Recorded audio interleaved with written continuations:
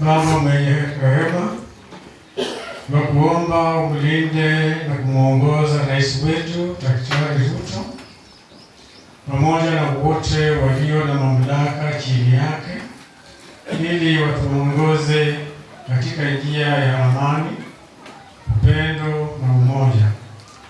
Wajalie ujasiri ili watumie mamlaka uliowakabidhi bila uoga wala upendeleo, ili haki ilimnike kama maji na unyofu kama kijito kisichokauka. Upende kwa rehema kusikia maombi yetu.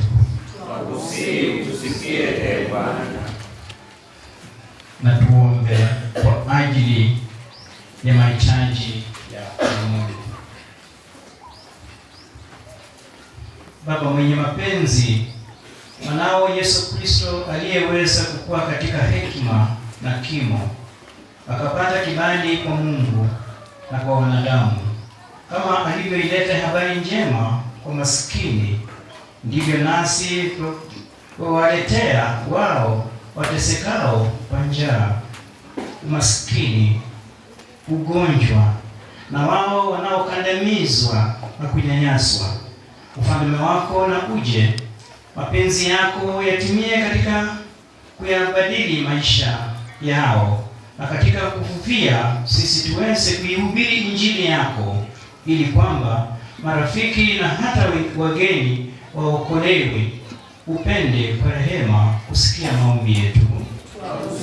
Tusikie Bwana. Na tumshukuru Mungu kwa ajili ya maisha ya wale waliolala katika Bwana. Baba mwenye rehema, tulitukuza jina lako takatifu kwa ajili ya watumishi wako wote waliofariki dunia katika imani yako na kicho chako, hasa wale waliokuwa kanisa hili na parokia hii na dayosisi yetu. Twaomba kwamba tukizungukwa na wingu hilo kubwa mno la mashahidi wako, tupate kuzifuata nyao zao, na mwisho tuungane pamoja nao katika ufalme wako wa milele.